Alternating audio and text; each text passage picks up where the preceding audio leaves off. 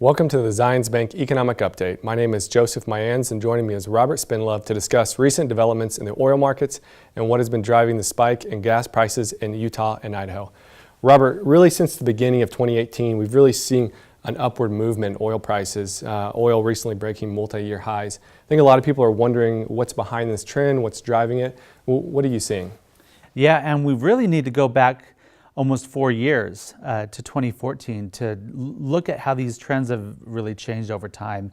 So before the fall of 2014, oil prices were around $100 a barrel. And then around the fall of 2014, Saudi Arabia and OPEC came in and really started to flood the market with very cheap oil to drive those prices down. And they were successful. They drove those prices down to about $50 a barrel. But then they kind of overdid it and prices dropped all the way down in 2016 to $26 a barrel. Now, since then, they've been coming up a little bit and they've been hovering right around $50 a barrel. But just around 2018, around this year, prices have started to go up. We've passed $70 a barrel now. We're back to levels that we haven't seen since 2014. And there's a lot of reasons why this is happening.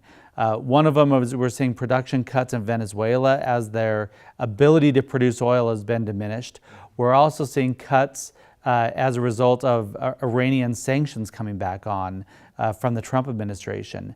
OPEC is trying to fight it. They're trying to increase their capacity and increase their production of oil. But what we're seeing is OPEC is having less of an ability to control oil prices this time. And so they're not being able to drive prices down as much as they'd like to. And so we've seen these prices coming up, and we see them hovering right around that $70 a barrel level. Yeah. And so I know, looking more locally, looking at gas prices, I know a lot of people are feeling the hurt there, especially here in Utah and Idaho. Why is it? It seems that the prices here are much higher than they are nationally. Why is that?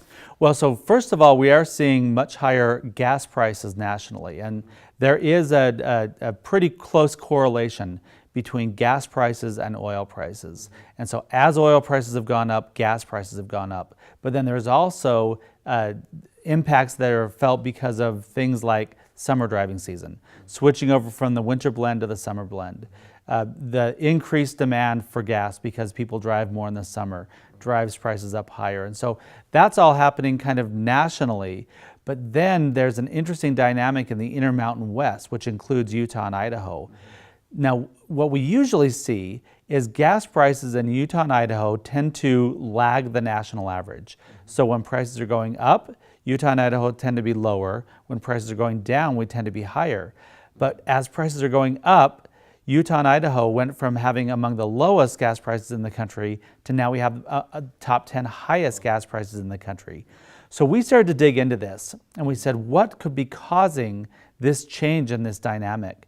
And what we found was there was a big jump right around March of 2018. And what happened in early March of 2018 was there was a fire at the Holly Frontier refinery in Woods Cross. That fire reduced refining capacity in Utah and in the Intermountain West, and that drove prices way up and took us from around the bottom in the country to around the top in the country. Now, luckily, no one was hurt in the fire, but it did remove that production capability, and even today, they haven't been able to return to full capacity, so that reduction in their ability to produce refined gasoline is still much lower, and so it could keep those prices higher throughout the summer season. Right. So it sounds like there's a lot of things going on, both internationally, nationally, and locally. So how do you see these trends going forward? Do you see oil prices continuing to move up, gas prices? How do you see that happening? Oil markets are among the most difficult to project of any markets in the world. They're very volatile and they're very unpredictable. However, if we kind of look at what's happening, if we look at the trends that have kept us here or led us here, I think that what we're going to see is prices continuing to stay pretty high. It feels like the pressure is more on the pushing up rather than pushing down on oil prices. What we talked about with Venezuela isn't going to change anytime soon. Even though the Chinese have offered to help Venezuela increase their production, that's going to be difficult. Saudi Arabia and OPEC increasing production so far hasn't had the ability to drive those prices down.